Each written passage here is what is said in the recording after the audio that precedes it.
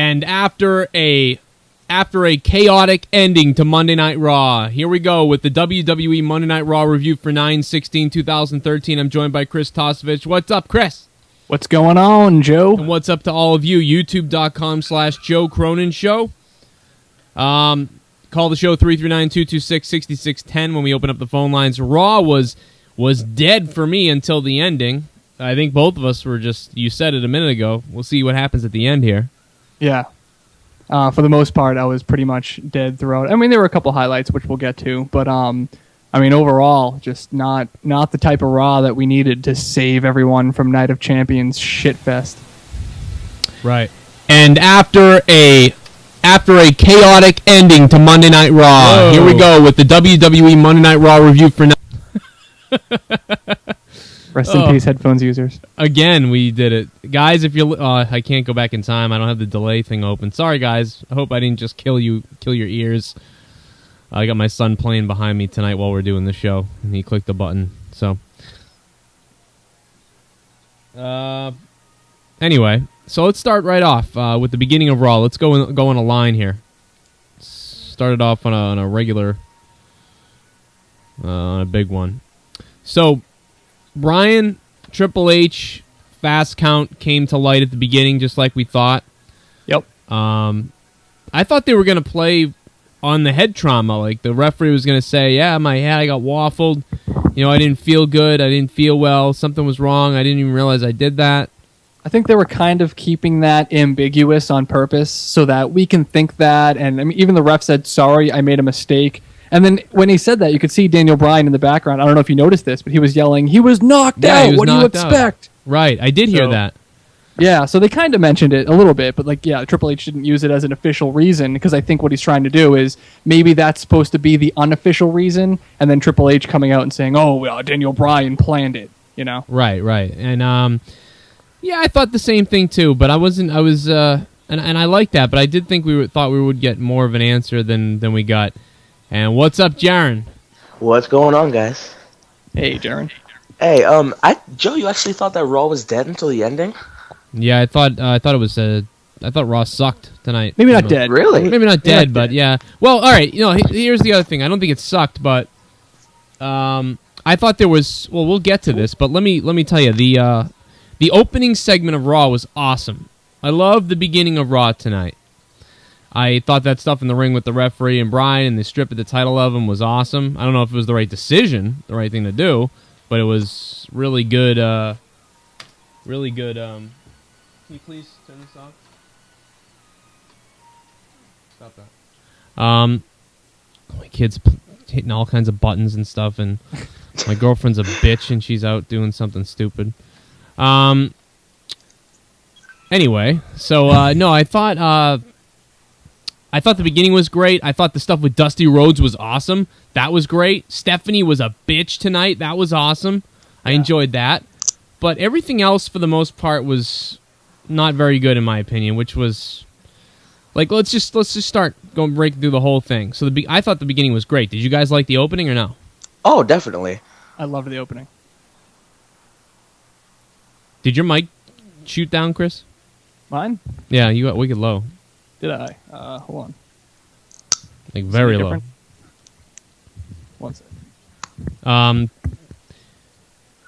Why do they keep announcing champions in the non-title matches as that they're the champions? Like, why do they keep saying, and still the champion, this guy, even though it wasn't a title match? It's like, okay, for all the morons out there who don't realize the title isn't on the line, it wasn't enough that we said the title isn't on the line. We also have to say, hey, he's still the champion, morons. Like, how many? I know Rob Van Dam. Who doesn't know that by now? I know Rob Van Dam, was giving a hug to a special needs guy in the front row as he exited. But I didn't know everybody was handicapped tonight. And they had to keep announcing that.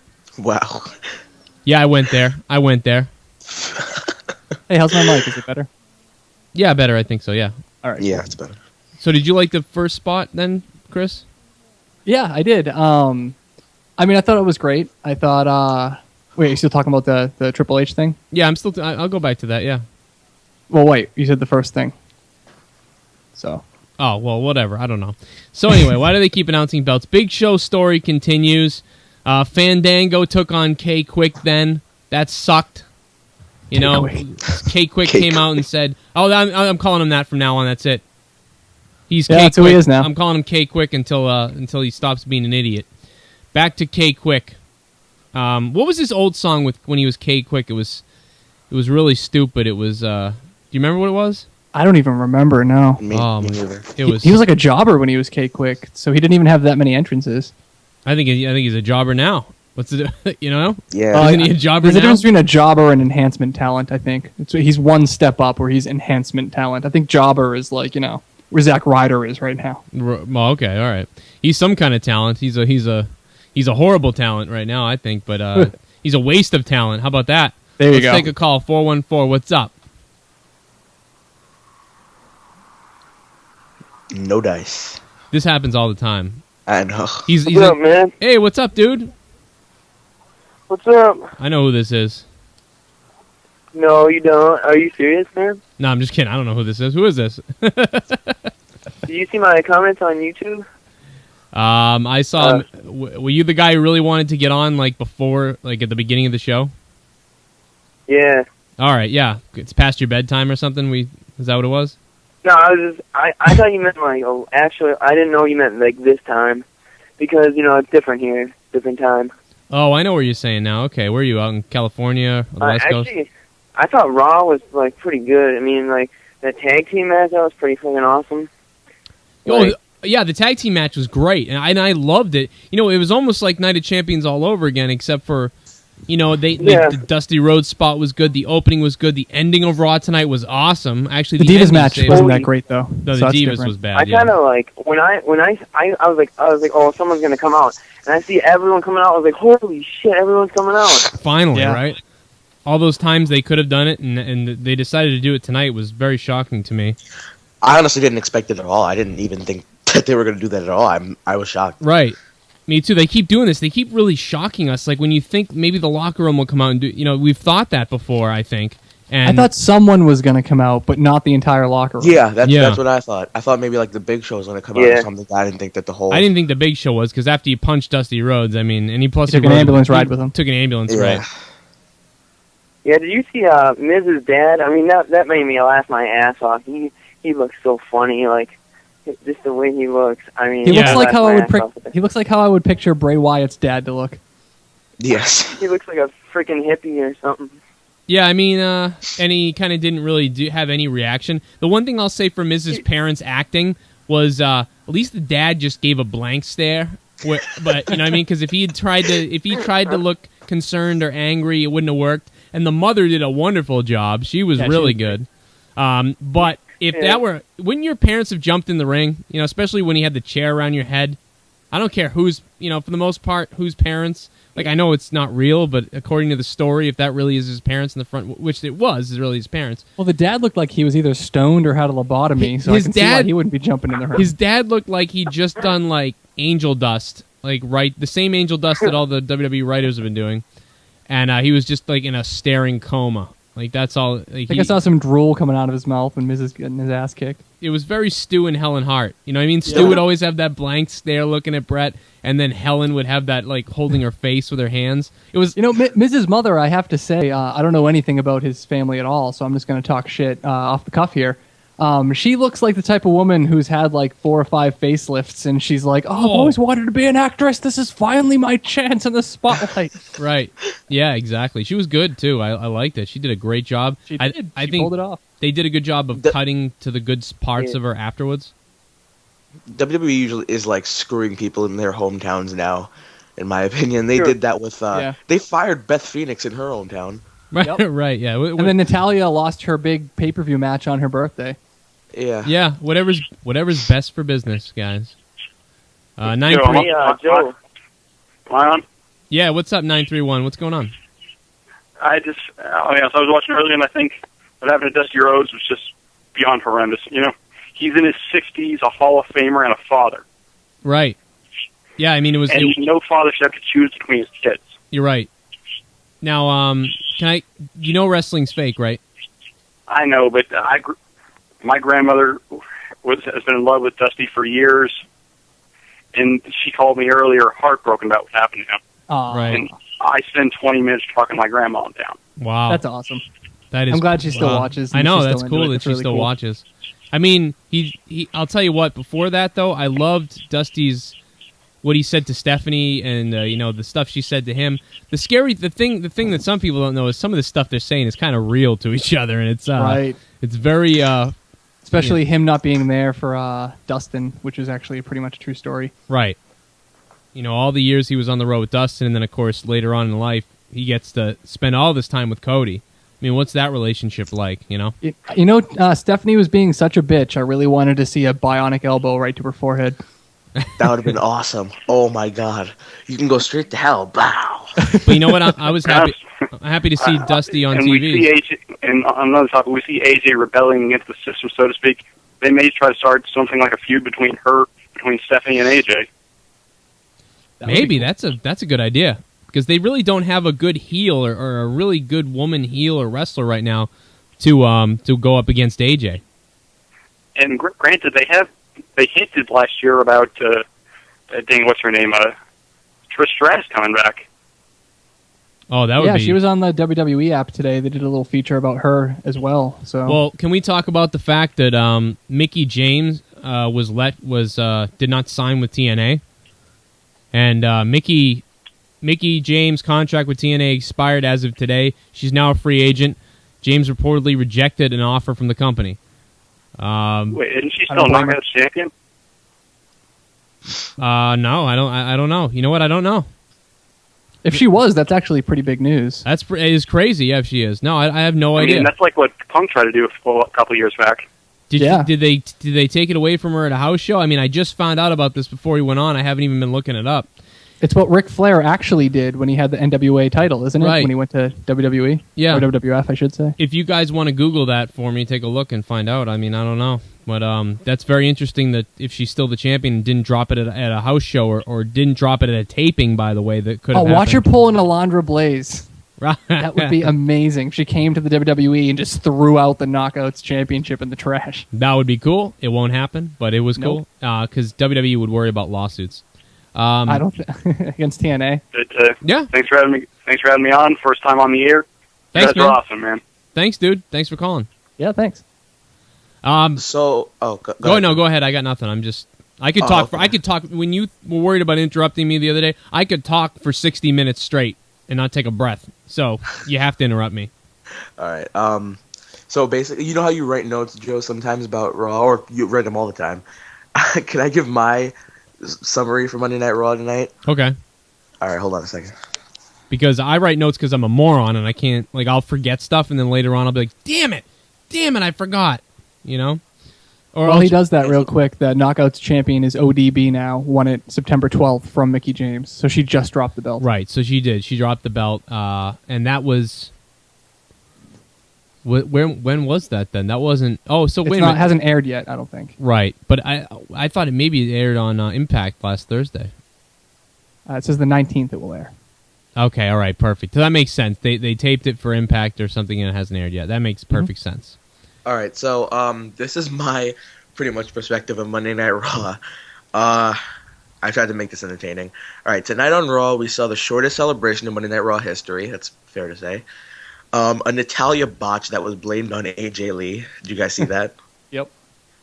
A 68-year-old man getting knocked on his ass by Humpty Dumpty with arms and legs. The Miz's hippie father. We already talked about that. Yeah, we learned about the Miz's dad tonight. Yeah, a little too much. A cannibal who eats children for breakfast getting kissed by a paraplegic. Bray Wyatt threatening to kill my animal. I missed that, by the way. I heard about that. What happened there?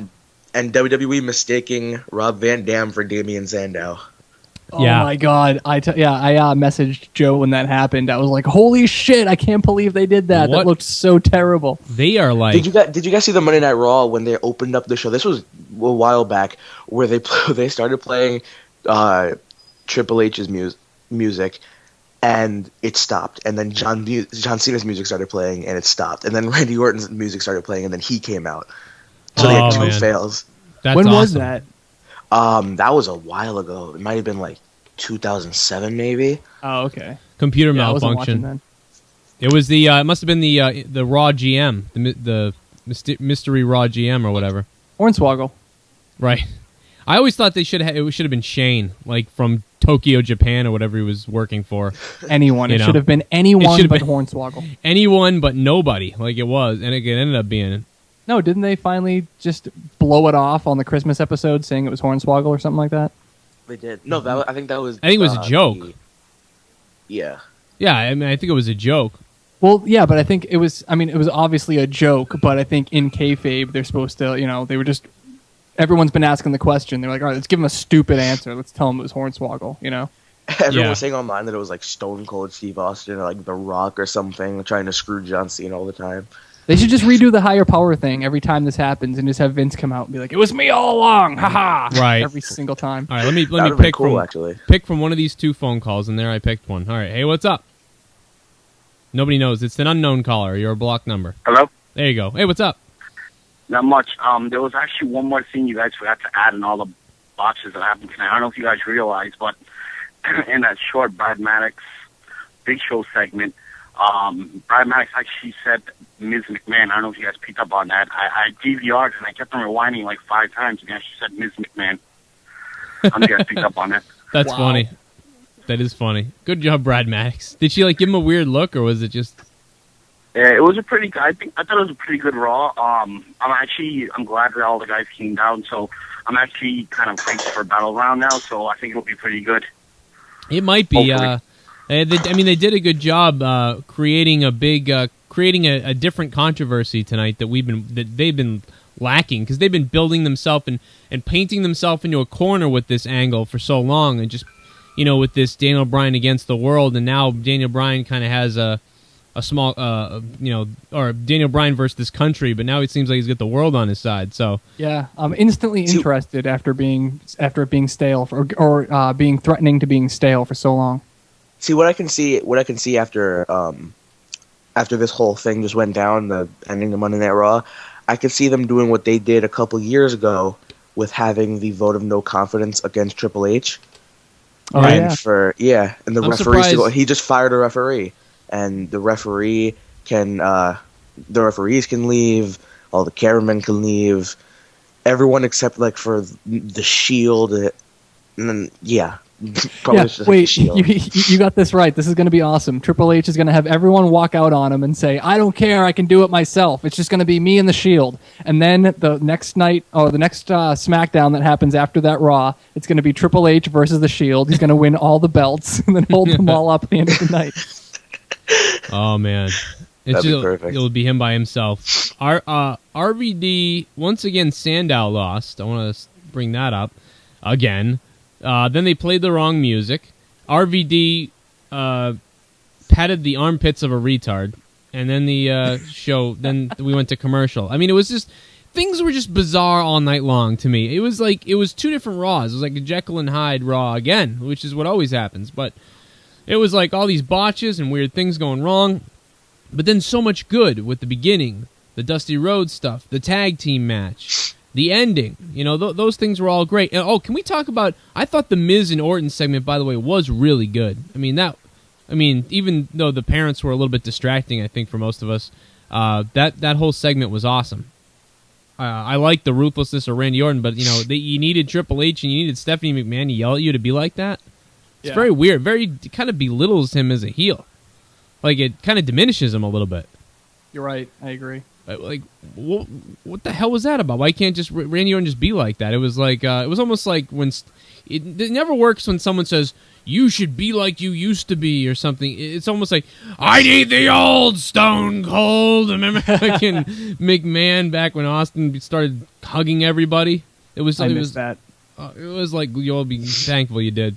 No, I said I missed that. Oh, you missed I actually did that catch time. It when it happened. Yeah. So last night we were talking about like why everything was happening during that Daniel Bryan match. They made sense of it tonight. There's obviously going to be something going on with Daniel Bryan and Triple H going at it, and maybe like they have like a whole Brad Maddox like revealing the Shield thing, and have Triple H talking to Scott Stanford. Is that his name? Yeah, you basically you basically paid for last night so that you could feel better about tonight. Exactly. Like What? I could see because I could see them doing a whole Triple H told Scott Stamford to when he knew Daniel Bryan was going to win, make a fast count so we can strip him of the title because Daniel Bryan's not the face of his company. And when he got knocked out of the ring, he insisted that he come back into the ring when he was feeling better to fulfill his duties, or else he was going to be fired by Triple H. Yeah, yeah. And he was fired anyway, which I thought was funny. Right? Let's go to the comments. Let's do some comments. Mark Calloway. Oh, the Undertaker's talking to me at Darkest Days. So you're the one who came up with this good choice of action. I don't know what you're talking about. What's up, Patrick? Patrick Glenn's in here again. I love you. Benjamin. We talked to him. He talked about how he left me a message. The Don. What's up, Joe? What's up, The Don? 8701. Go subscribe to him. He puts videos of himself making peanut butter jelly sandwiches and then slicing his arm. Everyone loves Raw tonight. Have you noticed that the nights when we hated Raw, people liked it, and some of the nights when people hated Raw, we liked it? What's up with except that? for last night when we all agreed it was shit. It was dog Everyone's shit. always disagreeing with us. I guess Raw wasn't. I guess Raw was pretty good tonight. Especially, it wasn't one of those bad Raws, and it wasn't one of those unbelievable Raws. But which we needed an unbelievable one. That's why I'm a little bit upset. Not upset, but a little bit disappointed. Right, I'm holding that against it. We needed one where Big Show didn't cry for 5 weeks in a row to close the show. Right. Why is Big Show even in the McMahon storyline? Do you even live pro? So they can use him as a thug, so there can be something extra interesting on TV. I think it's a way to get the McMahons on the TV more than anything else, because remember, USA wants the McMahons on TV. If you just have the Daniel Bryan storyline, you're only really seeing them involved with that for the most part. But with the Big Show dynamic, you get to see a little bit more of them. And it gets to further them home, further their ruthlessness or whatever. I don't know. Stephanie McMahon did a flawless, phenomenal job tonight. Thought she really shined tonight as a heel. She reminded me a lot of her dad tonight. She's getting better and better each time she's on television. Right. She was very good. I personally think that they did the whole thing with Big Show because I think Big Show's getting old. And he might be getting ready to, retire because we all know he's not broke. He's worth $20 million. Right. And, so I'm pretty sure he'll be fine for, the rest of his giant life. So I think they're going to have this whole thing so Big Show can retire. And then finally when he decides to go against the McMahons, maybe him knocking out Triple H or something, they eventually let him go and he had this whole big speech the next week on Raw. But I think because of that, they're doing this whole storyline to give him more airtime before his retirement because he had such a long and important career. I don't see a retirement coming yet, but I do see maybe a time off coming, because this has all the makings of a time off where finally when he goes against the grain, if he doesn't have a match, he just gets instantly fired there. Goodbye, Show. You're unemployed now, and you don't see Big Show for 3 months or whatever it is. Yeah. But he did just kind of come back too, so I don't know why that would happen. Hey, what happened to Mark Henry? He got injured. Yeah. Did he? Yeah, that injury ended up being worse than they thought. Okay. I thought he was back from that injury. Right, he was back, and then he wasn't. So, or he either re-injured it, or they just... Is it his foot again? No, it's something good. with his leg, though, which isn't good. Patrick Glenn said, I believe it was called Let's Get Rowdy, so that's going back to when I called R-Truth K-Quick. That's what it was. Get rowdy. I remember that now. Get to move the thing. Get to do the thing. Oh my God! I wanted to throw something. If he came out, if I paid money and he came out and did that, I'd smack him in the face. Getting rowdy. Get to move the thing. The truth hurts. That's what you should say to him. The truth hurts, bitch. Hit him in the face. Chris Rose. Dusty Rose was on the show. What was he doing there? I was at my karate class. Chris, listen, buddy. Listen. You didn't have to watch Monday Night Raw tonight to find out Dusty Rhodes is going to be here. They've been advertising it all week long on WWE.com and everywhere. They tweeted it. They advertised it. Everybody knew Dusty Rhodes was going to be here, even if you didn't watch Raw. And if you missed it, you can Google it. But Chris, you can Google it. Chris Rose, you can Google it, buddy. Raptor Records, a lot better Raw. It's been a while, but finally, wonder what's going on with the Wyatt family. Also, we also know Triple H paid Armstrong. Question is, when will it be revealed, and why the hell did Paul Heyman kiss Ryback. What the fuck, man? We forgot about that. But Paul Heyman making out with Ryback. can we make a list of all the weird things between the botches and weird nuances and things that just happened tonight? That's the one thing I'll give credit for Raw. And Natalya, everything she does turns to shit. Natalya can't win, whether it's a She's match. got a curse on her. She does. She's got some kind of... Well, she does have the Hart family thing, so... We know there's some kind of weird ghostly stuff happening around that family. Oh, wow. Don't use that term. What? No, I mean, that's not what I meant. I mean, just all the bad stuff. There's just this karma that happens to them. I can use that term because it's true. There's something's up with that family and anybody who has a connection to it. It's not, it's true. Someone hit the release button early on her headset tonight. But in her matches, but at least the stuff that's happening to her isn't that bad. I mean, you messed up in a match. At least you didn't, whatever. Like I said, the whole Heyman and Ryback thing, the cannibal getting kissed by the paraplegic. Oh man! Oh, this show is taking a dark turn tonight. I'll Do tell think you that what. was Heyman's choice, or do you think someone told him to do it? I don't know. Ryback played it off well, though. He was like, "You're too much." He said, "You're too much. You're too much." I think Ryback Paul. made him do it backstage. It was his idea. Yeah, you better kiss me. You better kiss me. Or Paul just figured I'm going to not tell him and do it. And then he said, "You're too much." And Ryback, maybe he's that kind of... I wonder if he's that kind of guy who, if you pinched his ass and you're like, "Hey, sweetie," if he'd be like, "Whoa, what the fuck, man? Jesus, what are you doing?" Or Watch him turn into the bully who fucking forces people to be gay with him, but he'll kick your ass if you're not gay with him. See, How about a kiss for the big guy? It would have been better if Paul Heyman would have done that that manly thank you kiss he did kissed the top of his head or something. No, he just went up straight up to his cheek and went mwah, and just gave googly eyes at him. Would have been funny if after... one on me. You know what? Ryback should have kissed him before Paul Heyman started talking and then just said, "Now say something stupid." Rocky Chase, Mickey James is the Knockouts champion. Well, Rocky, I think we just spoiled some Impact for you. Sorry. Oh, Raptor God, Records. that's horrible. Could MJ be going to WWE? Are they trying to get Matt Morgan back? All signs point to Matt Morgan showing up in WWE at some point for whatever reason. Problem is, I don't know if he's going to come straight on or if the WWE is going to do one of those things where they want to put him on in the developmental program. I don't know if they would fast track him or put him in the developmental program. I mean, you would think they'd fast track Matt Morgan, but it could be possible that they try to package him in some sort of way, and that would involve him going to Florida, and that would involve people finding out that he's here. So I would say no. Maybe he'll just go right to WWE. He knows what he's doing. He doesn't need to be, doesn't have to be said much. There doesn't have to be a lot of tutoring going on with Matt Morgan. But I want to get to all these comments, so let's skip to the next one here. Speaking of the Wyatt family, could we see a Kane Undertaker WrestleMania? Not a third one. No, not a third one. I don't think so. Maybe a different pay-per-view or Raw or something, but yeah, I guess I could see a career match or something with Kane if Kane was leaving or something. But yeah. No, I don't think so. They've already had 2 matches, and they weren't that great in the first place. So no one's going to believe. Go on. Yeah, they had a rivalry already, at Hell in a Cell and stuff, right? They've had a rivalry already 5 times.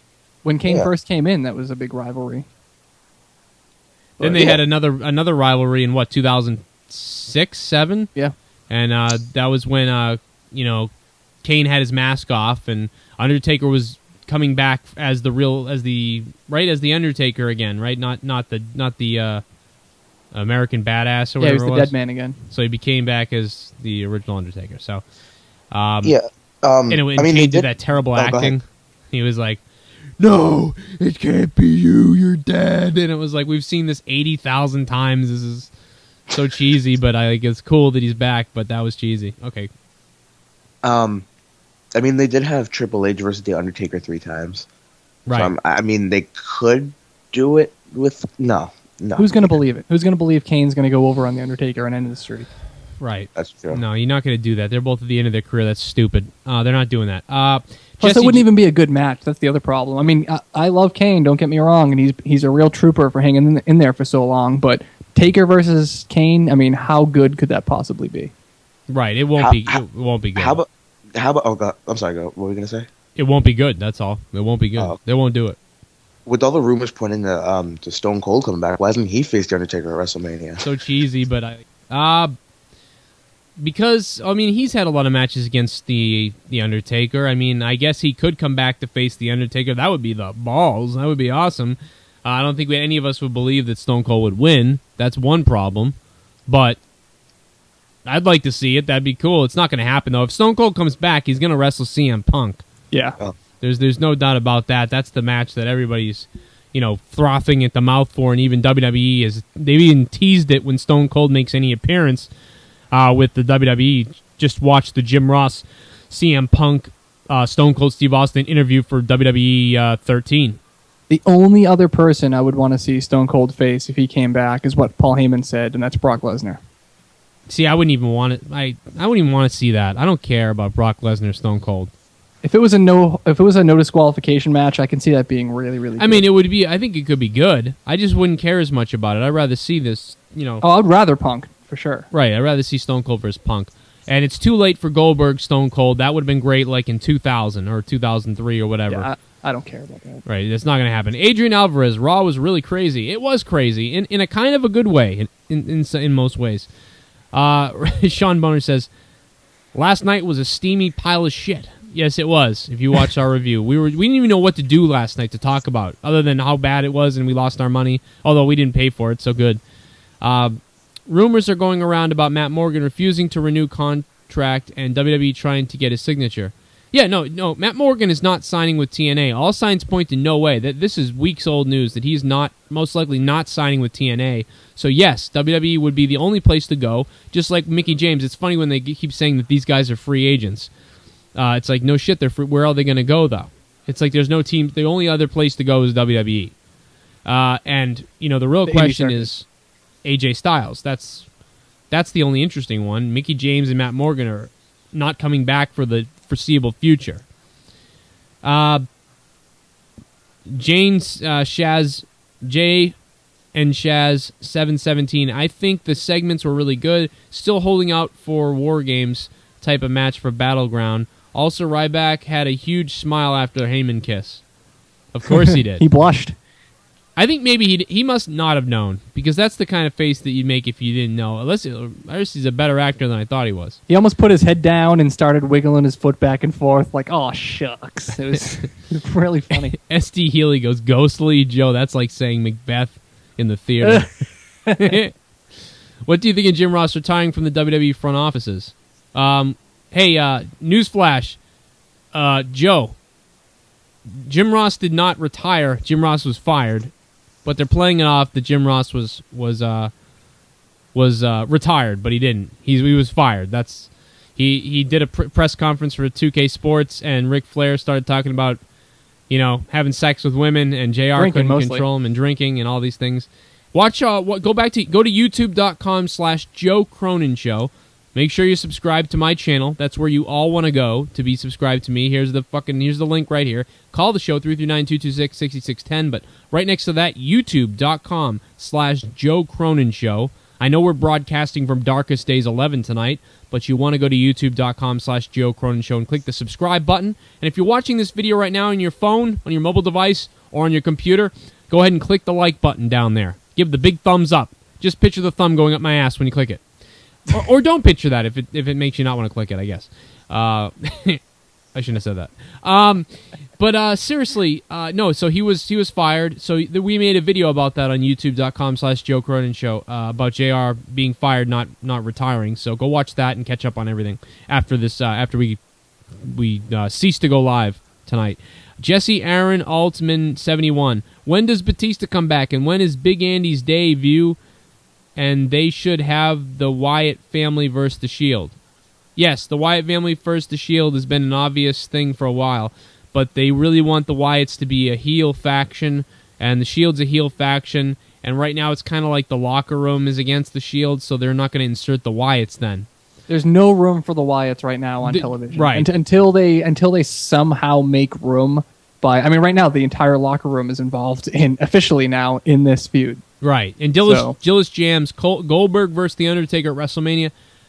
We talked about that. It is a possibility. I still think it's going to be Brock Lesnar versus The Undertaker. I still think there's a possibility Goldberg does come back, maybe, for this WrestleMania, possibly. But, so I'm kind of like, it all depends on Goldberg. But if Goldberg doesn't come back, then I think it's a lock that it's Brock Lesnar versus The Undertaker. And with the, I don't know, though. Who knows? We don't know what could happen. But I'm going to say Brock Undertaker, WrestleMania, and not Goldberg. But Goldberg would be cool. I'd like to see Goldberg versus somebody.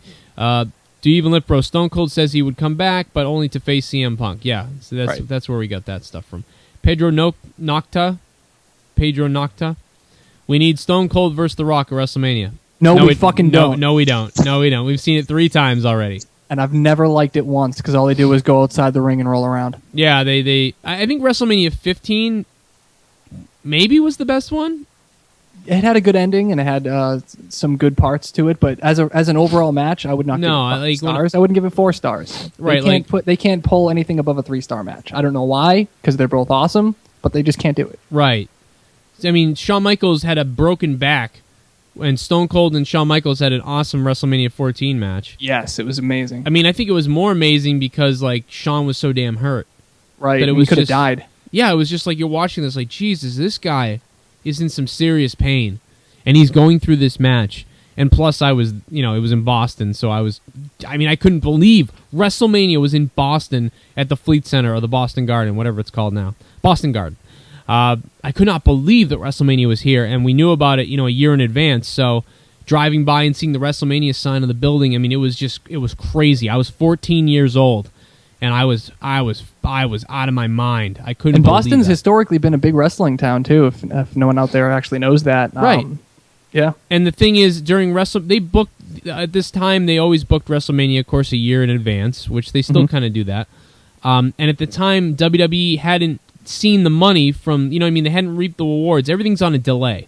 WrestleMania 13 was coming off a downtime, a very big downtime. WrestleMania 11 was bad. 12 had a great match in the Iron Man match, but it was still dead. Yeah, dead time. Although, and then WrestleMania 13, people were starting to turn to that hardcore attitude stuff. And then by WrestleMania 14, WWE was huge again and competing head on with WCW. And that's why people say, I can't believe that WrestleMania took place again at a place like the Fleet Center, a Boston Garden. But what people don't understand is that it wasn't ready yet. They didn't have the funds to do what they wanted to do. And even WrestleMania 15, they didn't. It wasn't until, I think, WrestleMania 16 or 17 when they started booking a bigger venue for WrestleMania again, which they did back in the early WrestleMania days. So that's why that happened. But that match was great. Stone Cold versus The Undertaker, no, I don't want to see that again. The guys have great chemistry. They always talk about the great chemistry they have. On the mic? On the mic, they do. And on Raw, they did. But in the matches, not so much. It was more about who's going to win the rubber match when they wrestled the third time. Right. And the second time was ruined by the Stone Cold Steve Austin heel turn with Vince. Mm-hmm. I mean, that was just dumb. The only Taker match that would be a toss-up for WrestleMania would be Cena. And, that's what I'll give you that. Jane Shaz 717 says. And I agree. And we all agree. I think that would be maybe the most interesting thing. Maybe not the best wrestling match.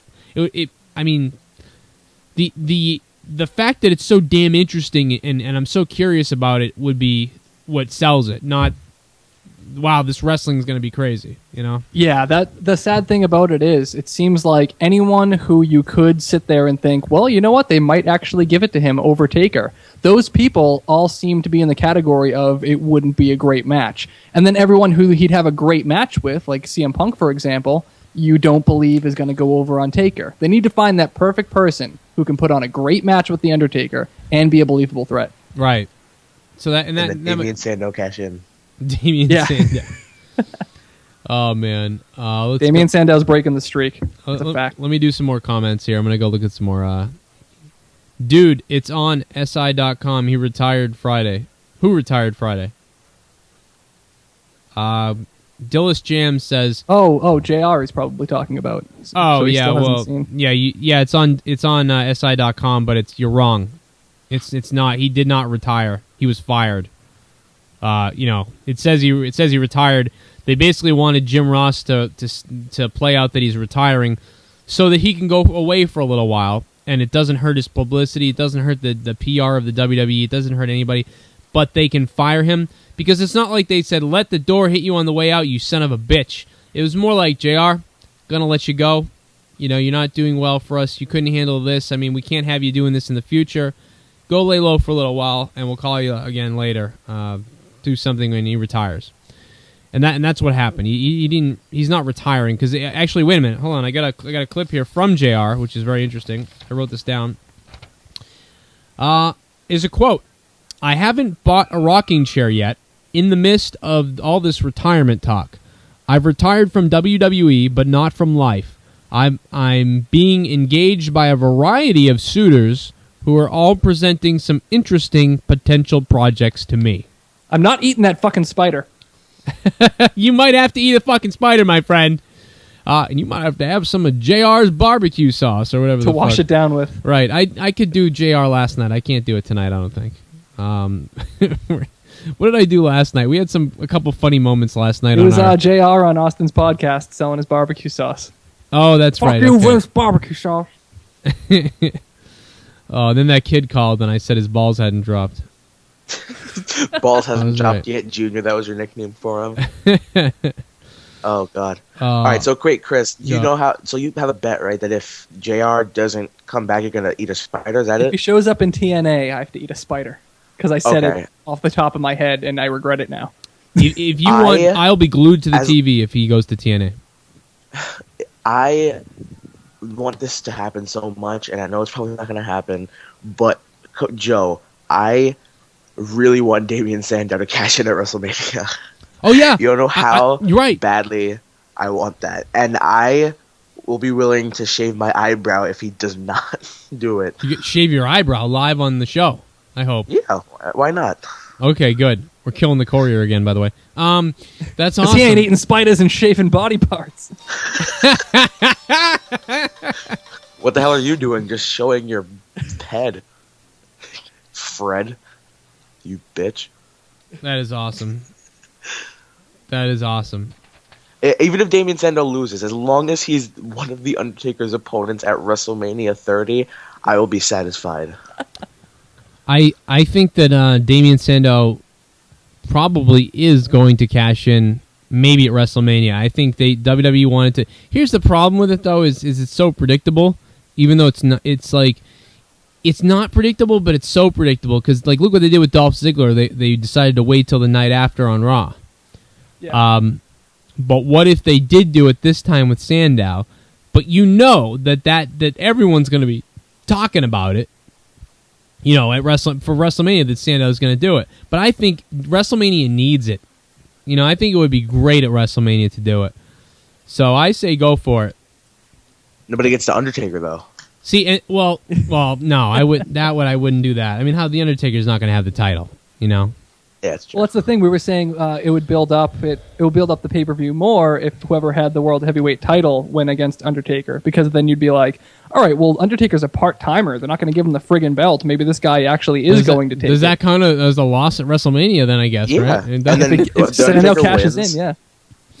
Oh man, that would be the dumbest thing ever. It would be hilarious. Like it would be. If only you could do an alternate universe. Like I would love to see that, but they won't do that because that would kill. I want to see this happen and then go back in time and pretend it didn't. Yeah, and then change it. Right. I want to get to this interesting note for all you fans who remember a former WWE superstar back when WWE was WWF in the early 90s. Former WWF star Mike Drosy, also known as Duke the Dumpster Drosy, was indicted on charges of selling morphine to undercover authorities earlier today. Drosy was arrested this past Friday.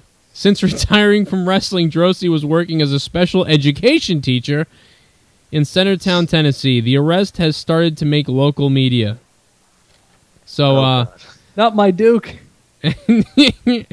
He went selling drugs to retards. Selling drugs, leaving. I think.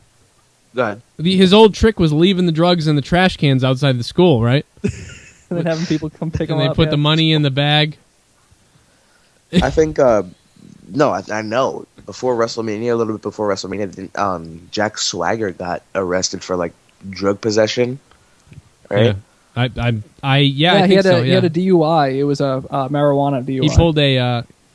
He pulled a every other superstar. You know, like I mean, like he pulled a Kurt Angle. He pulled a Kurt Angle, I guess. Yeah. Jesse J, match would be shit though. At least at Cena's end. You're right. That's the problem. Is the match wouldn't be that good, but it'd be so interesting that it would be good. Yeah. JR would probably go to Ring of Honor and never TNA. That's an interesting thing to see him maybe go to Ring of Honor. That would be cool. Yeah, that'd be cool too. I'd be watching that all the time. Who is it? Kevin Kelly right now? Is he still in fucking Ring of Honor? Kevin Kelly. I forgot he was even alive until you just said his name. He should have been shot years ago when Stone Cold broke into Brian Pillman's house. Oh yeah, I forgot he was the one who covered that. Oh yeah, he was the goofy troll with the microphone. Yeah, I thought maybe like on live when that was happening that he was going to get shot by accident. I was like really, that's what I thought. Maybe that could happen. Like you'd hear a bang and Kevin Kelly would be laying on the floor, you know, and everybody be screaming, "I didn't mean to shoot him!" Like, yeah. Oh no, I shot the fat man. Poor Kevin Kelly. Kevin Kelly is like a grown man in like is like a baby in a grown man's body, but like, you know, like he just is. I always picture him in a diaper from the waist down. Yeah, and sucking on a bottle, and then he could come down with Snitsky while he kicks a baby and punts a baby into the crowd. I personally think the best part of that Pillman's Got a Gun like segment thing was where he beat up those two big guys in the backyard of his house. Oh yeah. And he threw him inside the kiddie pool. He's like, "Wash up, you son of a bitch!" Oh, that was great when he had the kiddie pool. Stone Cold, he threw him in the kiddie pool, hit him with the door outside of Pillman's house. Remember how chaotic and awesome that was live? I could not. That was unbelievably awesome. Listen, I think 13 years old, right? And wrestling was starting to get real, where like you knew it was fake before, but when they started doing this stuff and you were 13, you started thinking maybe this is like some of this stuff some of this stuff is real. Like it feels like, yeah, I was on the edge of my seat. It was definitely like some real reality shit that they hadn't really touched upon yet. Right. It was like instead of watching, I'm trying to think of like an analogy for it, but instead of watching like a stupid PG movie, you know, when you watch a PG family movie and you're like, this is kind of lame, but I'm watching it anyway. But then you watch like Batman, The Dark Knight, like Joker. You know, you're like, wow, I'm into this. Maybe you don't like Batman, I don't know, but that's the analogy I have, where it was like, okay, this is goofy, but I'm watching it. But then it got to be like, you couldn't miss a damn night. You couldn't miss a second of Raw. And you know what? People gave it a lot of shit. I remember back in the day, like all the not the dirt sheets, but all the wrestling websites were saying like, oh, and this is really dumb. Why are they doing this? This is stupid. Like the whole Pillman with the gun thing became almost like an early meme. Right. But in retrospect, it got people fucking watching. It got people glued to the television. Yeah, it did. Kevin Kelly was there. You thought, Jesus, what's Stone Cold going to do? You know, he shows up there. Pillman's got a gun. Like, and then the camera goes off. I wish they did a more realistic fade of the camera instead of like a fake snow is what it looked like. Yeah, the fake snow I was just going to mention was really cheesy. This is a very interesting point that we haven't talked about tonight as far as wrestling news in the wrestling world, and something I haven't even done news on. I meant to do it during the week, but real life stuff happened to me and I couldn't get to it. Pedro Nocta on YouTube. An unconfirmed report came out this week from Wrestling Zone stating that due to cost-cutting measures, all non-essential talents such as Zeb or Vicky Guerrero would no longer be working live events. Huh. Finally. I don't know. The only way to confirm this is for the next 2 weeks, anybody going to house shows. You know what I mean? Letting us know. You know, so after Raw, Vicky's sent home, you know? And she's not appearing unless it's on TV. Is what that means. That's interesting to me, because it doesn't really... How much are they saving by not having Zeb Coulter show up on TV? I mean, that's what I don't understand. Zeb Coulter... Doesn't he just get a contract and have his... Isn't he responsible for getting himself to the arena? Like, how is it costing them any more money if he's still under contract? That's the thing about the report, and I have read the reports. There's been a ton of them that WWE is cost-cutting. But they get paid for pay-per-views. They don't get paid for showing up at fucking house shows. I mean, they do, but it's under contract. You know, they don't get like an extra paycheck for it. Yeah, and the other thing is usually they like Vicky Guerrero was at one time making, you know, $60,000 a year. So, and then another time she's making, I believe she's making $90 now. $90 a year. So what are they cutting on costs? I mean, I don't understand that. I do agree with them getting rid of Zeb Coulter, but I don't know about Vicky Guerrero. I mean, that's like the one person people love to hate in WWE. Like, why don't you get rid of the people that haven't done shit in WWE? Like, JTG is still under contract. Yoshitatsu is under contract. Like, get rid of those guys. Don't get rid of, like... Well, I don't think they're going to the live events. I don't think they're doing this. I think that's why I call it kind of... And then Vicky, though, I mean, it kind of makes sense with Vicky in a way. Because, yes, you're right, she does get the most heat out of anyone in the arena. But at the same time, they need that for the televised events. They need to show the entire arena booing, which is great. For a live event, you don't need Vicky Guerrero to come out and get the crowd riled up. She doesn't make much of an impact on a live event. You're right. You don't need her. So it could be a point that they are going away from them at live events, which is fine. You know, on the WWE app tonight, which I finally got to use for the first time, which I'll rant about later. Or now if you want. I'll wait. I want to get riled up first. But they actually had a little poll that said, should Zeb Coulter cut his mic time or his mustache? And everyone, I think it was 90% said his mic time. Yeah, that's what. I saw that. I saw that. That was crazy. Yeah, well, I think people are liking the Real Americans too. So it's getting to the point where they might want to actually start doing a gimmick where they are Real Americans. You know what I'm saying? Mm-hmm. Like Zeb Coulter gets out of there, is gone. Maybe done. He doesn't talk anymore. Or maybe he does. I don't know. But Swagger and Cesaro start dressing like in USA colors.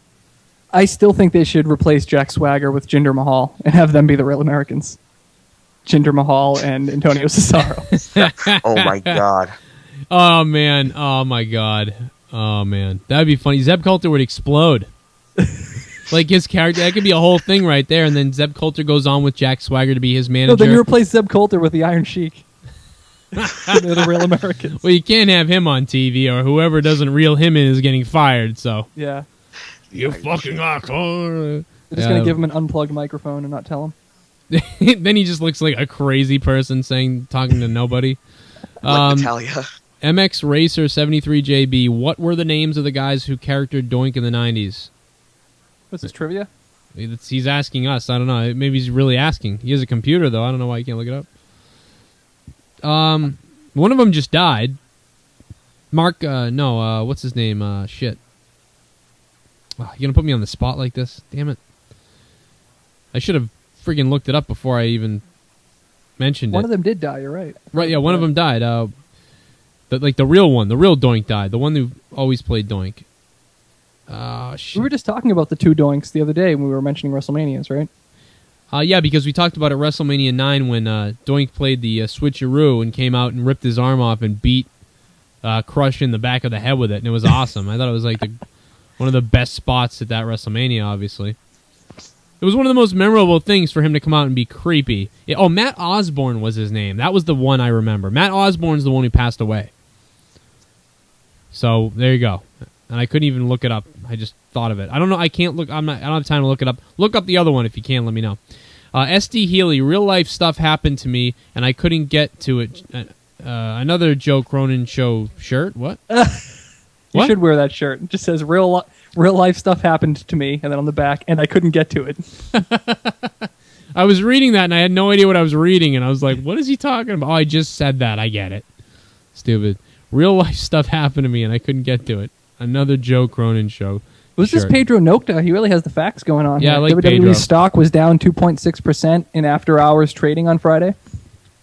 He's a spy for WWE. Oh my God, it's Dolphins. Goldust told WWE.com, Steph, you crossed the line. Triple H, you crossed the line. You won't see me coming. You won't see Cody coming. You're all going to fail. You won't see me coming either. Bray Wyatt stuff? What the fuck? What were the names of the guys who charactered Doink? Yeah. Okay, so there we go. So I got to I think I answered almost every question now. I think that was pretty good. So I would give Raw tonight a 7.5. What would you give it, Chris? 7.5 after you said it sucked in the beginning? You went up that far? I guess I forgot about everything that happened. until we went over everything. I was kind of let down by Raw tonight in one way, and in another way, I was again. If it was 2 hours of all the good stuff, it would have been really good tonight. All right. Well, I'm going to stand by the fact that they needed a solid 8 or above tonight. And because they didn't hit that 8, I'm even going to take away another point. So normally I would give them a 7, and I'm going to give them a 6 instead. Wow, okay. All right, Jaron, what do you think? Just before I say anything, I want to point out that every week, usually every week when we come on the show, you give the Raw ratings, Joe always gives it a 7.5. And then when he asks Chris what it is, Chris is always like... there's your T-shirt. Then he gives it like a 6 or something. It's driving me crazy that he's always giving 7.5s. I'm like, oh, well, I don't want to look like an asshole. What the fuck am I going to say now? Right. Well, on the front of the T-shirt, 7.5. On the back of the T-shirt, I don't know what to do. I don't know what to give Raw tonight. You know what I mean? I mean, is somebody's YouTube name Cronin and Best for Business? Is anybody seeing that right now on the chat? Go look at the chat. Someone's name is Cronin Best for Business. Wow, oh yeah. Look out. All right, so Steve Kern. Go ahead. Never mind. Go ahead. We were talking about dead people. Oh yeah. I guess I'll give Raw like an 8.5. 8.5. Yeah, for me. I actually really liked it. Just like I know you guys hated it, but I liked it. I think the opening segment, the middle segment, and the ending segment were really cool. I did like the Paul Heyman and Ryback thing because it was like so creepy that it was like fun to watch. I did like. Exactly. I think you're in the majority, by the way. I think you're in the majority. I think most people really liked Raw and would give it around an 8.0. Yeah. So I think I slided it a little bit with 7.5, and then Chris downright fucking sank the battleship. I'm a grumpy old man, I guess. Right. The more jaded you are, it's harder. I mean, I got to tell you guys, I'm a little bit jaded. I mean, so isn't Chris. I mean, I'm very jaded. I'm 30. You know what I mean? I've been watching this my whole life. I saw the PG go into the dead zone, go into the Attitude Era, go into the everybody bleeds every Monday Night Raw era. The John Cena bore me to death for years, and now we're in this PG thing, and it's been going downhill. I think a lot of newer wrestling fans tonight, like people who have been watching wrestling for the last 5 to 7 years, enjoyed this Raw a lot more than maybe me or Chris did. Yeah, that's me. That's right. My category. Right. So I think, and that's 70% of the people watching, or maybe 60% of the people watching now. Every year that goes by, more of the Attitude, like the actual people who were watching in the Attitude Era, drop off. And you're getting people, everyone that goes, geez, I'll never forget the first time I saw wrestling when, Triple H gave Randy the thumbs down and they dropped him in Evolution. And you're like, whoa, what the hell are you talking about? That was the first time you saw wrestling? Yeah, when I started watching wrestling, Triple H wasn't even around. Right, we're all used to being like, remember the first time, remember Ultimate Warrior versus Hulk Hogan? That's right. One of the first things a lot of people saw from my generation. So it's funny when you hear that type of stuff. And then I know another group of people, because wrestling boomed in 1997, 1998, 1997, all that. It boomed. Like, people that never watched it before, even though I was a kid watching it my entire life, started watching it, and they were like, geez, remember when... what they'll say now is, I'll never forget when Stone Cold, stunned McMahon or whatever. That was crazy. Yeah, that was around the time where people like you and me could finally wear our wrestling shirts to school without getting our asses kicked. Right, that's exactly what it was like. I still wear my wrestling shirts to school. People give me shit all the time. I don't care. Yeah, and they used to give us shit all the time. But then when the Rock and Austin were huge, we could wear our shirts, and then people at school were... I remember people who used to make fun of me for watching wrestling wearing an Austin 316 shirt 2 years later. Yeah, you're right. It was exactly like that. It was like the football team beating up the stupid songwriter kid, and then 5 years later they're at his metal show or whatever. They're at his band yeah, show. Exactly. My sister actually introduced me to wrestling. I think it was I actually remember the exact show. It was the Smackdown before Cyber Sunday in 2007. Oh my God! Remember Cyber Sunday? I stopped watching wrestling around that time.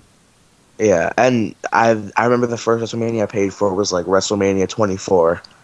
Wow! It was freaking awesome. Yeah. Make me feel old, why don't you? That's the year after McMahon got his head shaved by Donald Trump.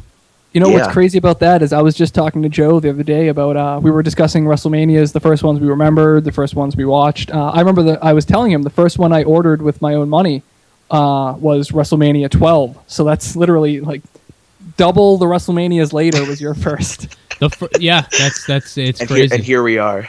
The first one I ordered with my own money was, or I didn't order it with my own money, but the first one I had ordered for me was WrestleMania 8. And every other WrestleMania, I had to wait a month later until it came out on VHS in the local tape store. You know what I mean? Like the friggin'... I always had a family member with a black box tape it for me, and I would watch it right, the next I had day that after too. school or something. I had an uncle who was about 30, and I was, 10 and 11, and he actually taped WrestleMania 11 for me and mailed it to me. So a week later, so I couldn't watch Superstars on Saturday or anything, I had to wait for this tape to come in the mail, and it was like, labeled with marker, WrestleMania with the X and the 11, and I'm like, I was fucking pumped, you know what I mean? Go put it in the VHS player and see what happens. I put the first one I had like that was WrestleMania 10, and when Shawn Michaels got stuck in the ropes, I'm telling you, I cried. Like, everyone was happy, and I was angry. I was losing my mind.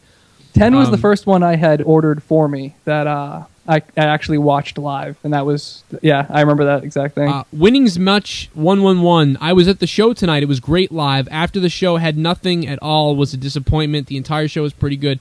Winnings, what happened after the show went down? I haven't looked at the sheets yet or anything.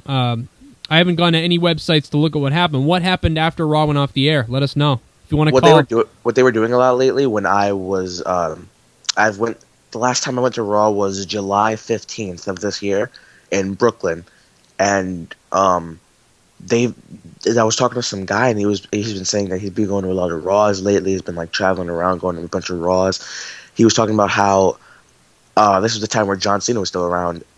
At the end of every Raw, John Cena would be staying in the ring, and Ryback would come out, and they would have a WWE Championship match in a tables match. Right. And I thought it was ironic because the week after I saw that, after the show ended, John Cena and Ryback had an official tables match on television. Yeah, they do that a lot, actually. Like, even when a pay-per-view is coming up and you have, like, a U.S. title match, like, for instance, Ziggler versus Ambrose, they would have wrestled, like, 4 or 5 times, either in house shows or as the dark main event, just to practice and to see how it works at a live crowd, see if the crowd gets behind it. Well, the guy who made a YouTube site apparently dedicated to me, Cronin Best for Business, he said, I've been watching since 1988, stopped watching 2000 to 2007. Watching old school golden era will always be the best, 85 to 95, best period. And that period was really cool, especially when you're a kid. But I can't believe, what got me watching again big time was I was kind of fading in and out of it a little bit. But when Shawn Michaels came back, that was it. I wouldn't miss Raw because of Shawn Michaels.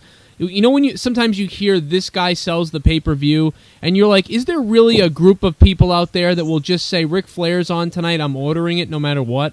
And you're like, I don't know if I really believe that works that way. It does, because I will not miss, if Shawn Michaels came back, I'd order the pay-per-view. I would not miss it. No way would I miss a Shawn Michaels match. And you look at some of the WrestleManias, not just because he wrestled The Undertaker, even, was it 24 when he wrestled Ric Flair? No, it was 26 or something, Ric Flair, right? 27? No, it was 24. It was 24. Okay, I'm crazy. I can't believe that was 24. Oh my god. And that, like, most of that WrestleMania wasn't the greatest. The Money in the Bank was good. But when Shawn Michaels did that springboard off the rope outside and, like, cracked his ribs against the announce table. Oh yeah. I mean, oh my god. Like, the match needed something because Ric Flair was, older, obviously, and it was WrestleMania. But it was really pretty damn good.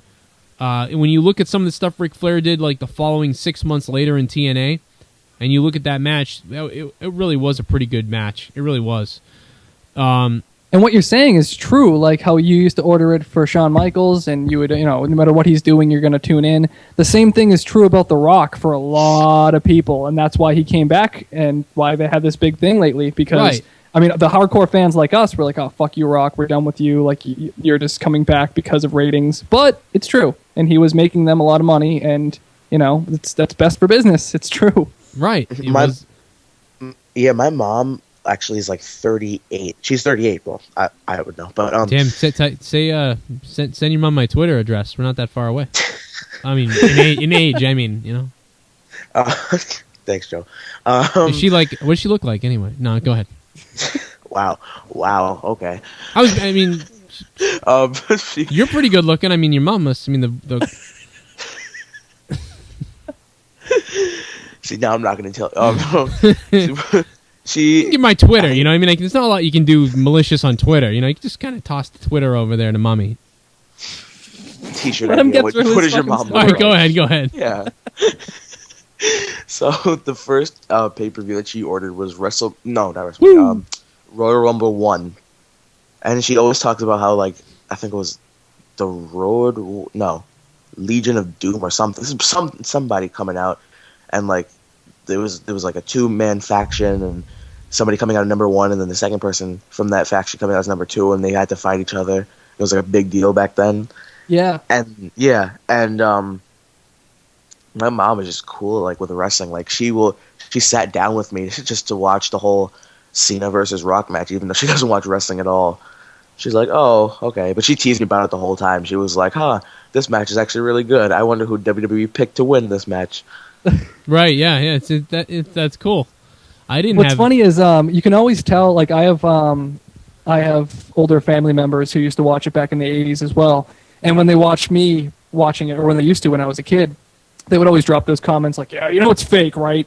And it didn't come off as like them being like, yeah, I used to watch that too when I was a kid. You know, why are you still watching this? It came off as them almost being sad still that they found out it was fake, and them just almost like the older kid who finds out Santa's not real, and he tells the little kids just because he's pissed that Santa's not real. That's not true. Santa is. Oh, sorry, Balls has been dropped. Yet is listening. I have 11-year-olds. WWE Santa is real. Yeah, I mean, like, the people that say Santa's real are just lying. I mean, that's what it is your parents have caged up the chimney and locked all the doors, and all the magic in the world. You know, Santa will not. If a parent wishes you not to have presents, Santa will not break into the house to give you presents, despite what you may think. So it's not that Santa's not real for you guys. It's literally that your parents have cut Santa off. Okay? So if you want to real quick, when you were a kid and you asked your What the parents, fuck are we talking I about? assume you guys don't have chimneys, but when you would ask your parents, hey, I don't have a chimney or a fireplace, how does Santa get in? What would they say? My mom actually, when I said that, actually did say that because I live in an apartment building. Yeah.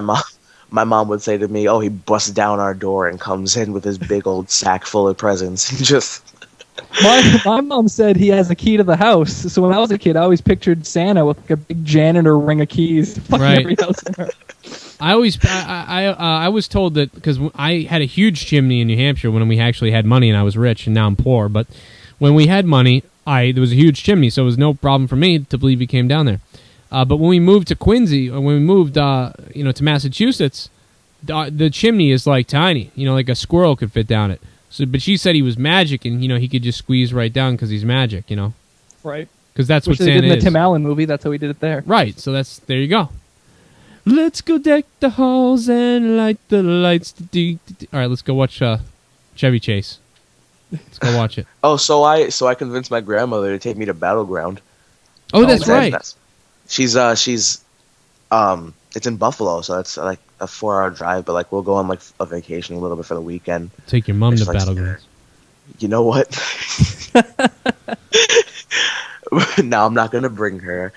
I'm gonna convince. Well, I have to tell her to buy the tickets to get on the side where they actually show the camera, right? Like on the audience, so I can hold up that sign that says YouTube.com. If you hold up, we gotta come up with something to say, like something you like, like hashtag fact at Joe Cronin Show, and then on the other side, like I love the Miz. Well, I just mizzed myself. I just mizzed my pants. I mizzed in my pants. Joe from Riches to Rags. That's right, buddy. Dillis Jams. It's Demolition he's talking about. That's right. Cronin Best for Business. It was Demolition. I knew it was Demolition. Axe and Smash. We're Demolition. Man distracted. In my middle name. Nobody knows what I'm talking about. Except for some people. Dillis Jams. Hey, Joe, Ryback says he hates bullies. Yeah, what was that about? Like, I hate bullies. He kept saying bully, too. I don't think he knows how to spell. Bully.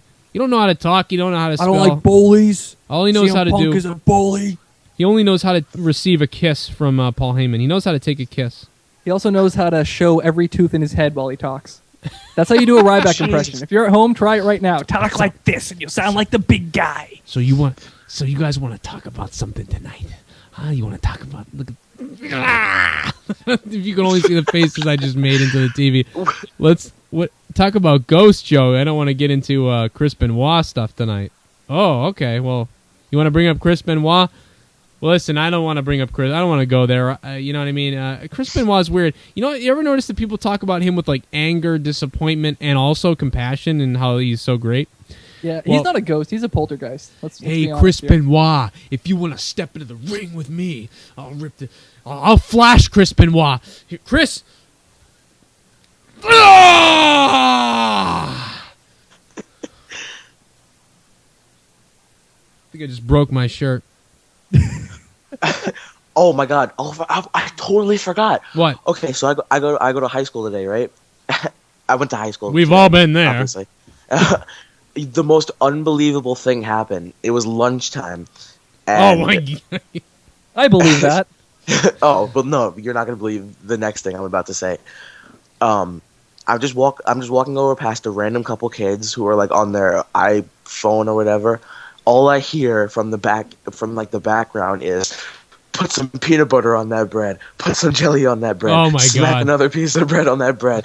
Take a bite out of it. Spit it out. Scream. Ow! I was like, are you guys watching? The guy that I talk to every Monday night? Like, wait a minute. I was like, did you guys watch me on the show? They were like, that's you? I was like, yeah. Wow, that's awesome, man. That is awesome. You're a celebrity now. Put jelly on that bread. That's great. That is the best story ever. I have several stories like that myself, but that's so cool that you're walking around your friggin' high school and some dude's watching my freak out. Oh my god. That is awesome. You know how like freaked out I got though? I was like, wait, is my phone on? Like, what is this? That's so cool, though. Oh man. We're getting that big to where you're actually hearing us in nature.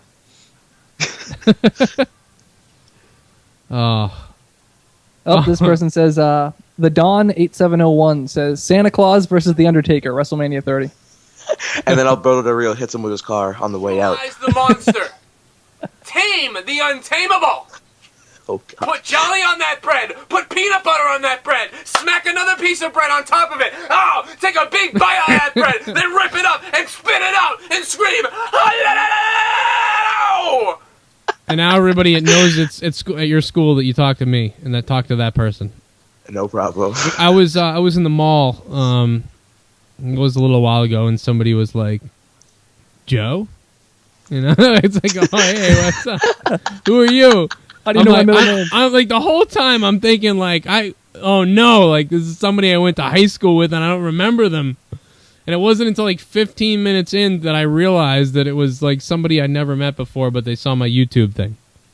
But they didn't say Joe. They called me Dan because they saw one of my other videos. So it was I was like, what the whole time I'm panicking like, hey, what's your name? Like what do I say here? Oh, that's funny. But yeah, that happens. Can you imagine what would happen? Because I got 1,400 subs. What would happen if like, you know, I had like 200? What do you do if you're a person on YouTube with 200,000 subs or like 800,000, like Boogie, that guy Boogie with 800,000 subscribers? What do you do if you're him? I mean, you must be running into people all over the place, you know. Plus, he's huge. You know what I mean? It's easy to spot him.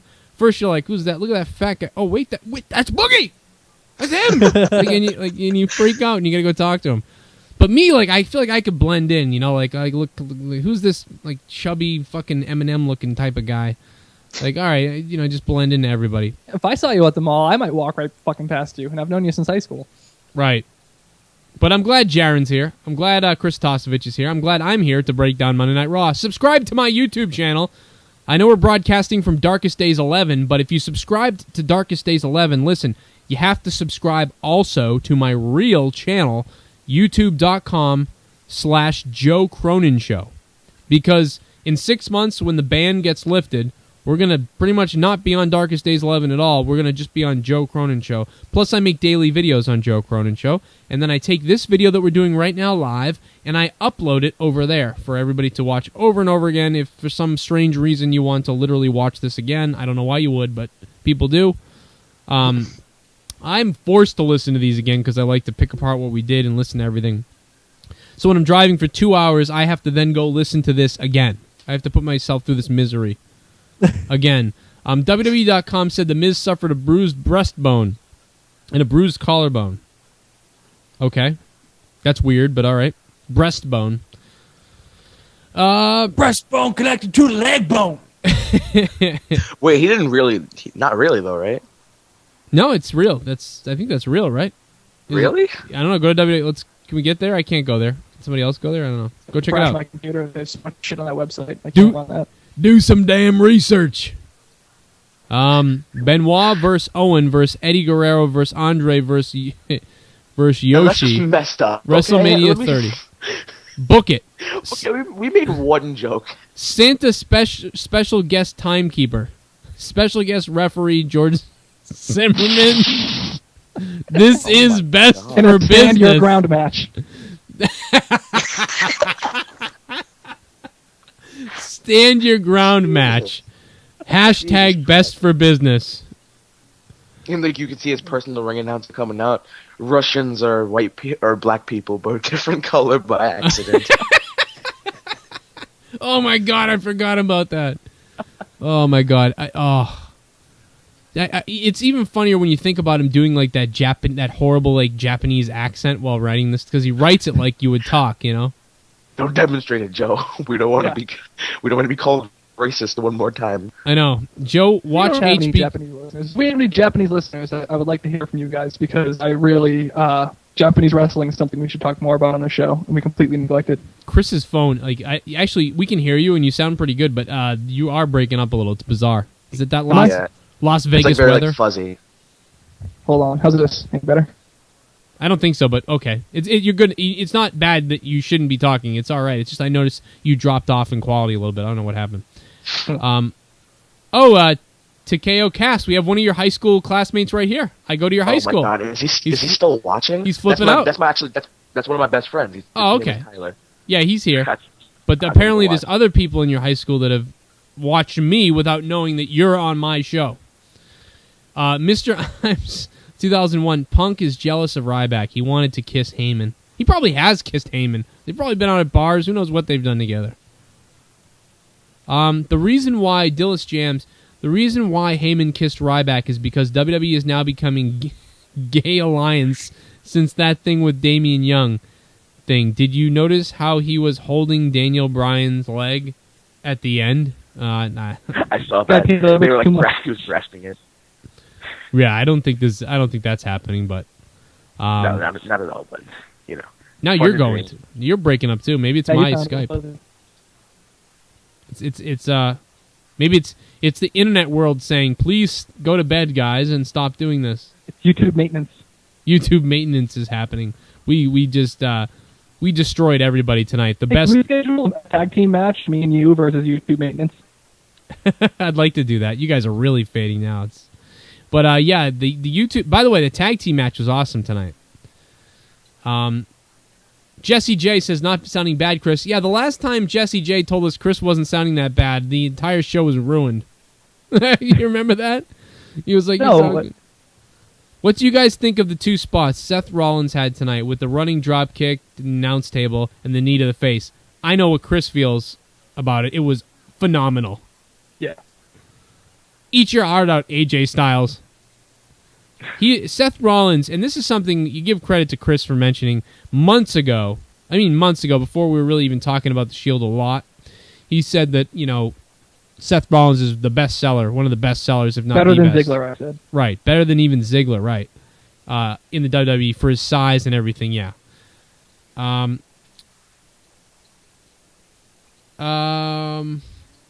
Yeah, I agree with that, and you're seeing it. You're finally you're not just seeing it in mid card matches and lower mid card and stuff like that. You're seeing it now in prominent spots. So he's getting a big spotlight on it. So you're really seeing what he's been like the whole time. Which is cool because that means the WWE is finally realizing it.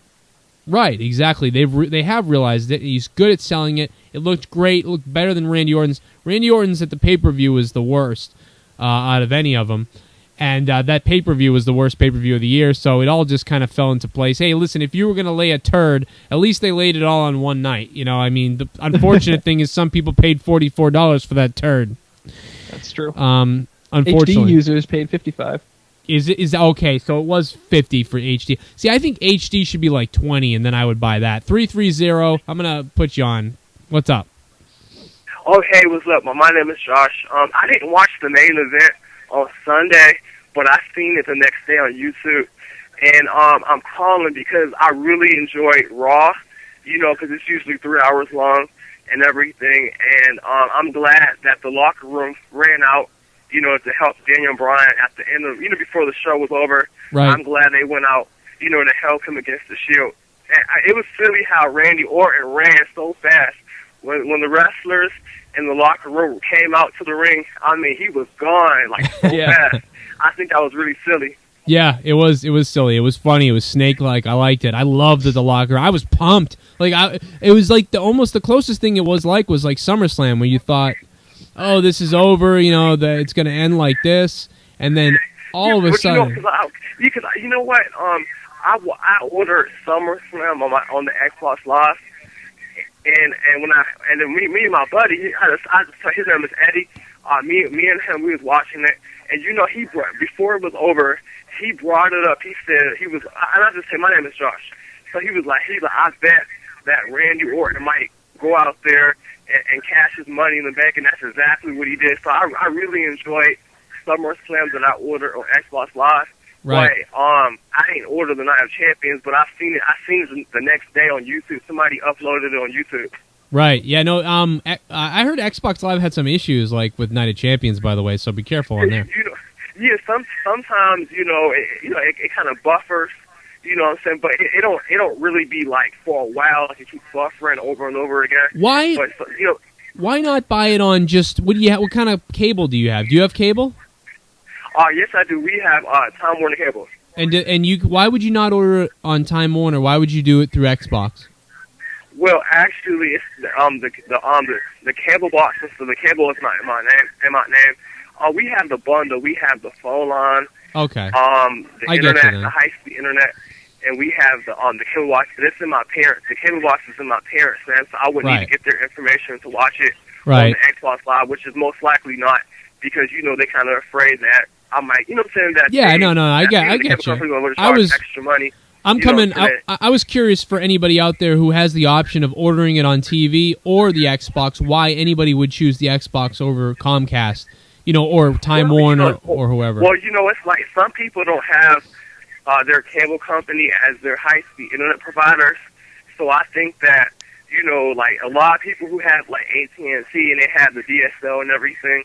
So you don't have that feature like you have with a cable company where you can, you can watch your cable, or, like I was saying before, you get a phone line from the cable company, you get the high-speed internet, all that coming from your cable company. So I think that, I think AT&T and other companies, that's only really mainly phone companies, I think that they, that's the reason why people, order on their Xbox Live if they have, AT&T or something. Yeah, I get what you're saying. That's cool. I mean, I'm glad it's available everywhere. I hope it is available everywhere. But for myself, I play Xbox every day. I'm in the state of Ohio, and I didn't even know that they were going to have Raw in Cleveland, Ohio, because I could have went there. You know what I'm saying? Cleveland is about an hour and a half away from where I'm at. You know what I'm saying? But I didn't even know what I'm saying? Like Raw was going, the next day after the main event. I didn't even know it was going to actually. Oh, I think we lost him. Actually, they actually have ticket prices and where it's going to be on the WWE app. All you need to do is go into your app store. Yeah, go in the search bar on top. This is why WWE has taken time out to explain how to use an app for everybody.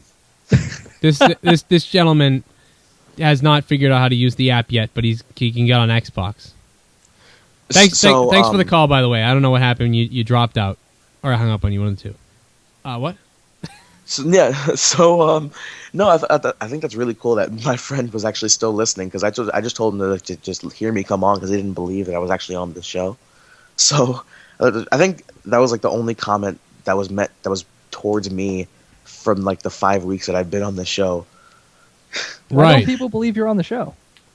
I don't know. I They don't just know. don't believe you. Oh, yeah, because I guess because it's like so many views, and you're like, hey, you're not popular.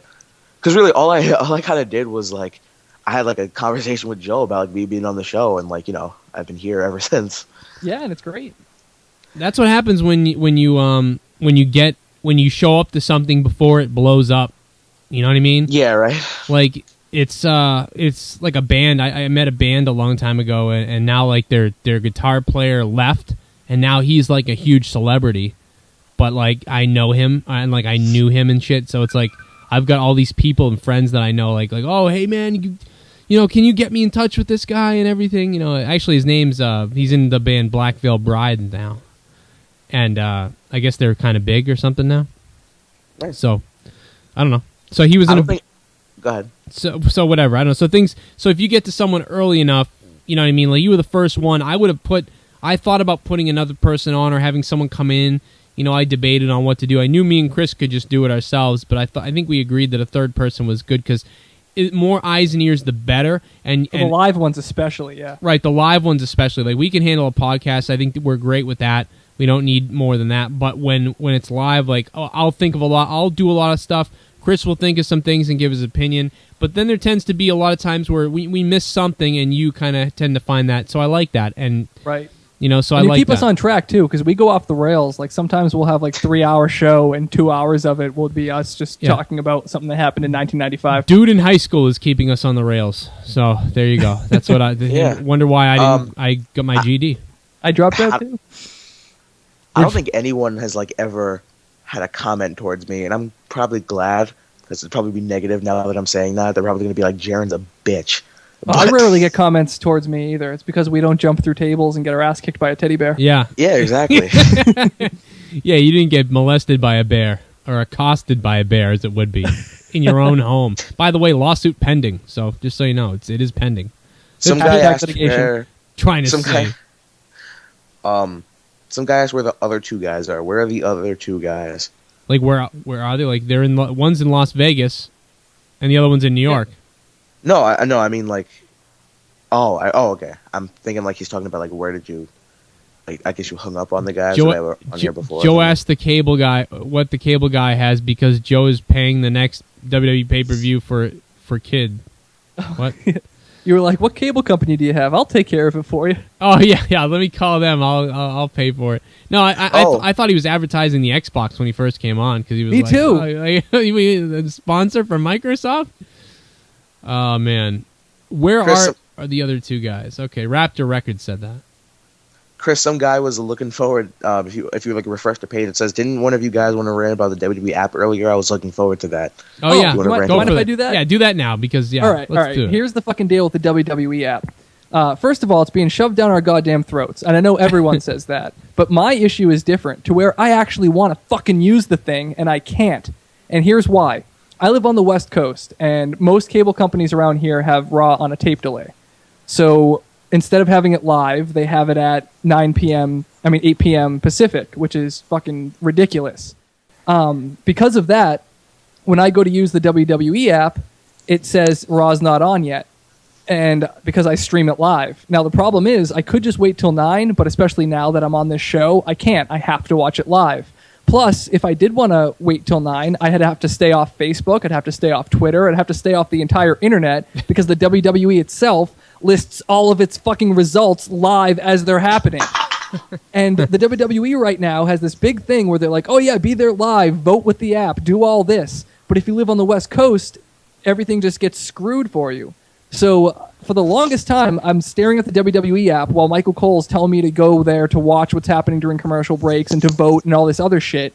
And if I'm streaming it, then it says it's not on yet, so I can't fucking watch the videos. Or if I wait till 9 to watch it when it's actually on, then I can't vote because the votes are already fucking done. So it's useless if you live on the West Coast.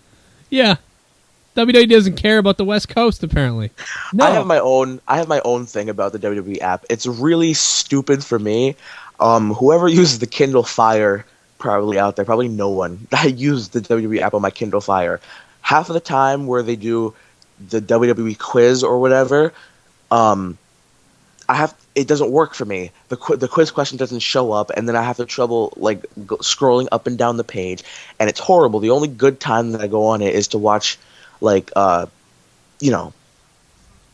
crappy, I can't say it. Yeah. Stuff during commercial break, and half the time it crashes.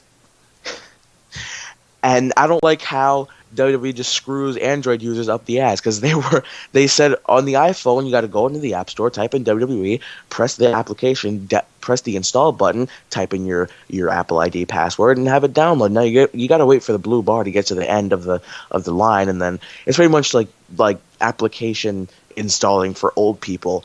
And they just settled on the iPhone, and then they're like, oh, and if you have Android, do the same thing. Yeah. It's But it's like a totally exactly different set of And instructions.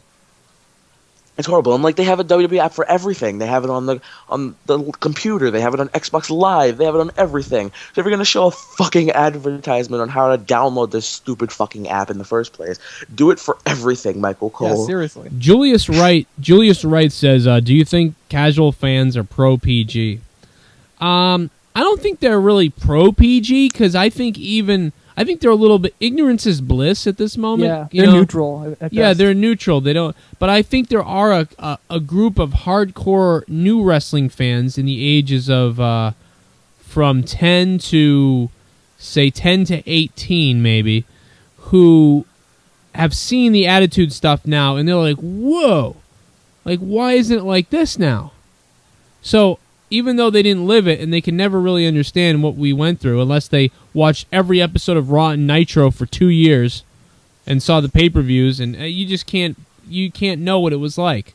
But so they don't know what it's like. They're ignorant to it. But I think even they know they'd like to see it. But most of them, for the most part, I think they might even. There's this war going on. Let's break this down. There's a war going on in the crowd that nobody... It's a silent kind of war. Although it is vocal, it's kind of silent.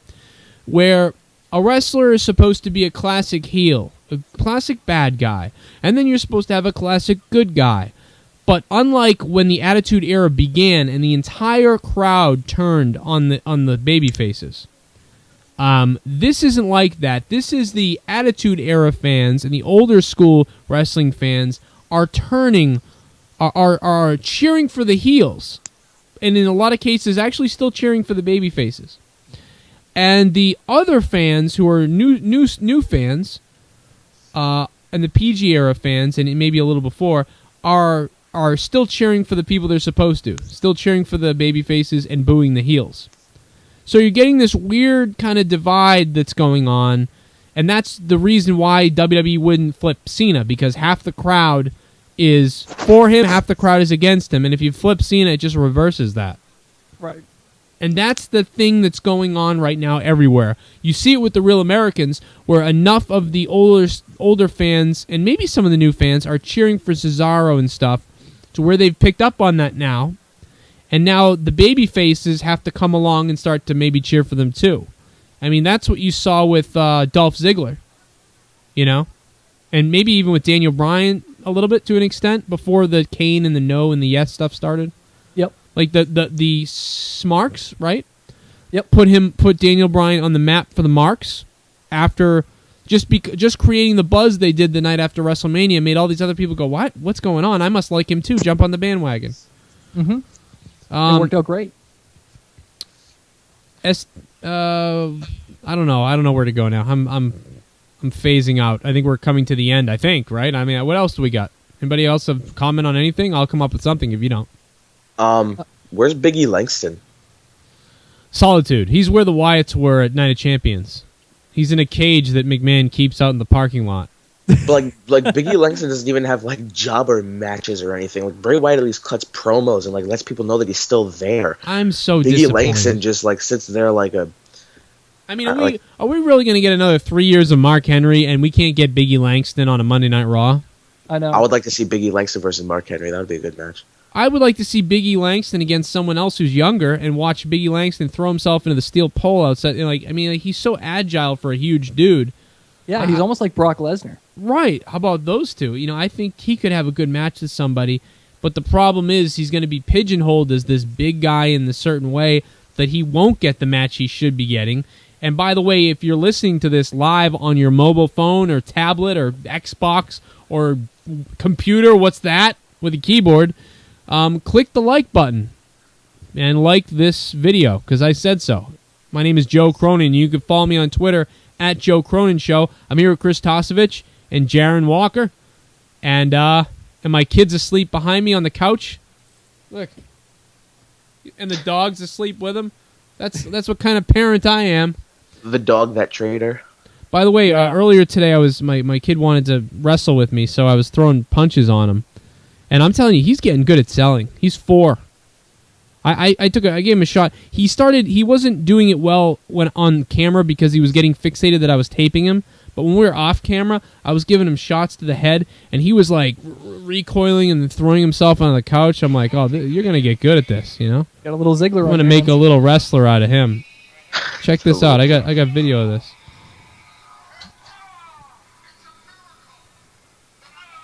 Oh yeah, look at that. He can take one. Hold on, I gotta get the better shot. He can take a shot to the head. See, he's looking at the camera. The dog's flipping out. The dog thinks I'm murdering him. If you ever wanted to be bit by a border collie, just pretend to punch a child in the head. And you will get bitten by a border collie. All I can think of is like, I'm going to die, and they'll find my phone. They'll be like, this guy's abusing his kids. It's like no. It wasn't real. It wasn't real. Still real to me, damn it. That's what the cops are going to say. Oh, that is awesome. I'm just trying to read the comments. Mrs. Dad selling. Mrs. Dad, all Mrs. Dad was selling is weed. That's all Mrs. Dad was selling. Marijuana in the stands. Oh, man. They cheer for heel because they're mostly adults, Joe. Yeah, I know. That's what I'm saying. Like, it's most of the crowd is adults. That's why this PG stuff really doesn't make a lot of sense. WWE was on this trend for a while where the faces were being bullies. Like, look at Sheamus and Mark Henry. They had, like, numerous different tests of strength. They had the arm wrestling match. Yeah. Mark Henry won legitimately, and then Sheamus blindsided him. And then they had the tug of war. Sheamus let go of the rope and kicked him in the face. And he's supposed to be the face, Sheamus, but he's the one being a bully and breaking the rules when they're having normal sports competitions. And Mark Henry's supposed to be the heel because he's getting pissed off about this? Yeah, you're right. You know? It doesn't. Yeah, you're right. Well, and Hulk Hogan did a little bit of that back in the day too, where it was like he wasn't being a really fair person at the time. Right. I don't know. I get what you're saying though, and was that SmackDown where that happened? By the way, it was like a month-long thing. Right. I remember it on a lot of that stuff on SmackDown. I wasn't watching SmackDown. The arm wrestling I think was on SmackDown. Oh man! All right, so we're still going here, man. I don't even know where to go with what's going to happen. I mean, SmackDown. I guess we should be interested to see SmackDown. I guess. I mean, what's going to happen now after the whole locker room supported Triple H? Is he going to blow a gasket? They could bring up the no confidence thing. They could all say they're going to. I mean, what's funny is before he was just the GM of Raw, and they had no confidence in him for that. But now he's the COO. And it's like, I guess maybe we're just supposed to realize that now because he's the COO, you can't pull this no confidence crap because he can just fire you. Whereas before he was the GM and he couldn't fire you. I don't understand. So I mean, this stuff just happened. You know what I mean? This just happened. The WWE writers have to write so much stuff that like a month for them is like a year. So to like remember the ironclad contract and all that other stuff.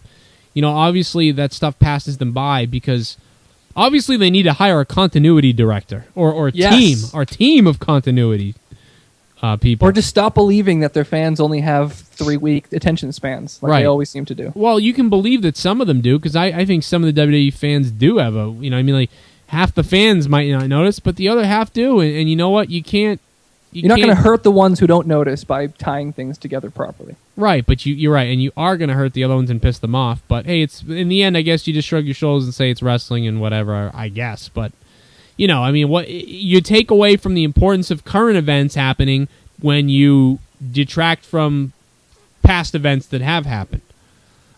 Joshua says, "What's up with Sheamus?" Sheamus was injured, and I think he's still injured. I don't think he's going to be coming back for another couple of months. Yeah, two. Thank God. I don't like Sheamus at all. Me neither. He's another. He's Cena, but even worse because I like him as a heel. Well, I don't love him as a heel, but I can take him as a heel. I can't see him as a heel now after all this crap that he did as a cartoon shark moron. The big white fail. Some guy in the comments, because I'm going to go on for a little bit actually, Chris. This guy in the comments, Cronin Best for Business, says Jaren's a bitch. Huh? I knew it. I knew somebody was going to say that. Wow. I'm gonna pull a Joe Cronin here for a second. Listen here, you spelled my name wrong. First of all, it's Jarren. You son of a bitch. Now let me tell you, the first thing I'm gonna do when I find you is kill your animals. I'm gonna rip their bones apart and throw them in the trash can. Next, I'm gonna sniff some bath salts and take a big bite out of your face like Paul Heyman did to Ryback earlier this evening. Then take you to grammar school and teach you how to spell my name, you son of a bitch. # fuck yourself. Nice. Now, the content of that was very good. But it was very unthreatening. Right? Like actually, you should be writing for me. I'm gonna take some bath salts. You know what I mean? Like that was really good. Then I'm gonna bite the head off of a fucking squirrel. I'm going to spit the squirrel into the ground. And as the blood runs down my face, the only thing I'll be thinking about is your dead carcass and the dead carcass of the squirrel laying next to each other as I light a fire and cook the meat off your body and have one of the most intense feasts of my life. Feed me more. I'm Ryback. I'm an asshole. And I kissed Paul Heyman. All right. Anyway, I actually do think that guy was just kidding because I said think before, he was I kidding. was like, people are going to be saying Jaren's a bitch, and guess what? Right. Apparently, I'm a bitch. Get what you ask for. It's been a while since I've actually cut a real promo on somebody. It actually has been a while. I will bring that back. I promise to bring back going off on somebody next Monday night. I think I will bring that back. There's plenty of hate mail I've gotten, especially on Twitter and on my other email address. So I'll sift through the files. We'll find something, and expect a video this week too about it too. So there you go. Dillis GM says, "Who watches SmackDown?" Well, let me tell you something, Dillis. I would say the same thing as you. Who watches SmackDown? But you know what? SmackDown has been better than Raw most nights. So if you've been watching Raw and you haven't been watching SmackDown, you're kind of contradicting yourself because SmackDown in many cases has been better than or as good as Raw's the past 2 months. Yeah. And they even made a concerted effort to do so because Triple H went on record saying he was going to focus more on SmackDown and making it more a part of the weekly offering instead of just being supplemental. Right. And to the point where they're even rumoring, like, if it did phenomenally, exceptionally well, which is it's probably not going to happen, but if it did, they were even talking about increasing it to 3 hours. Yeah, and that's a real thing that happened. So there you go, guys. I think it's getting late. Got to get up tomorrow. We all got to get up tomorrow. We all got to go to bed. Yes, be very scared. Thank you for joining us. Click the like button below if you like the video. Follow me on Twitter at Joe Cronin Show. Tweet my Twitter. And subscribe to me on youtube.com/Joe Cronin Show. And subscribe to me on Darkest Days 11 as well. That way you can get the live feeds. Jaren, thanks for being here. Chris Tosevich, thanks for being here. And Raw was pretty good tonight. So we'll see what happens on SmackDown. I will not be live for SmackDown, but we will do a review, and stay tuned for the next State of the WWE podcast sometime early this week, I believe. Guys, good night. Good riddance. God bless. I'm an atheist. That doesn't make sense. Good night.